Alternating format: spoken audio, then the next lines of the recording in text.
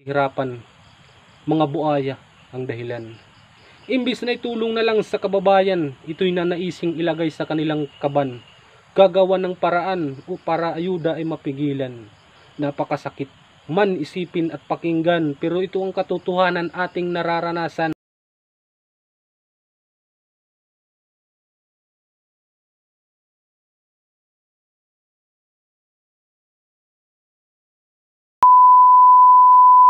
So what's up mga tol, mga idol, mga lodikex. Nandito na naman tayo, magagawa tayo ng sida ngayon. Poetry tula, gagawa tayo, pangatlo natin gawa. Kasi may nag-ano sa atin na gumawa ng ng content na to. Yung request ni Ma'am Nina na sibuyas yung title. Saka na muna kasi ito na una eh. Yung title lang gagawin ko ngayon, yung title nito ay Bayan.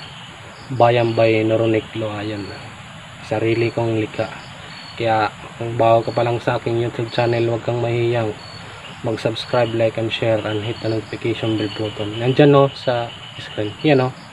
Kaya ano pang hinihintay nyo? Simulan na natin to. Tara! Alright mga guys, yung title lang natin, yung title lang gagawin natin to is Inang Bayan by Noronic Loayan. Sarili kong likha. Sana yung magustuhan nyo. Tangkilikin yung sarili natin. Kaya ito guys, simulan natin to. Bayan by Inang Bayan by Noronic Loayan.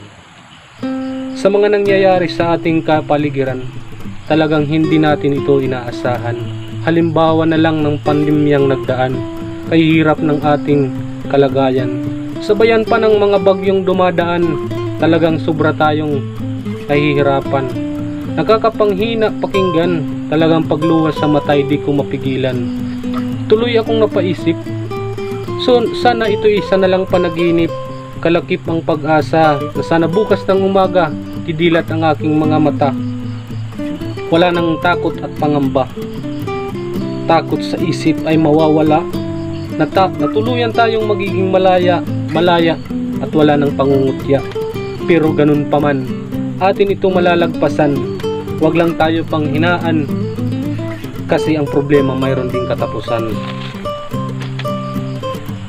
Katapusang ngiti ng mga tao ay makakamtan, nababalik sa dati nating nakasanayan. Yung tipong wala nang bangayan, wala nang damdamin na masasaktan, dahilan ng mga taong kapangyarihan, bunga ang pagiging gahaman na pang sarili lang ang pinapahalagahan.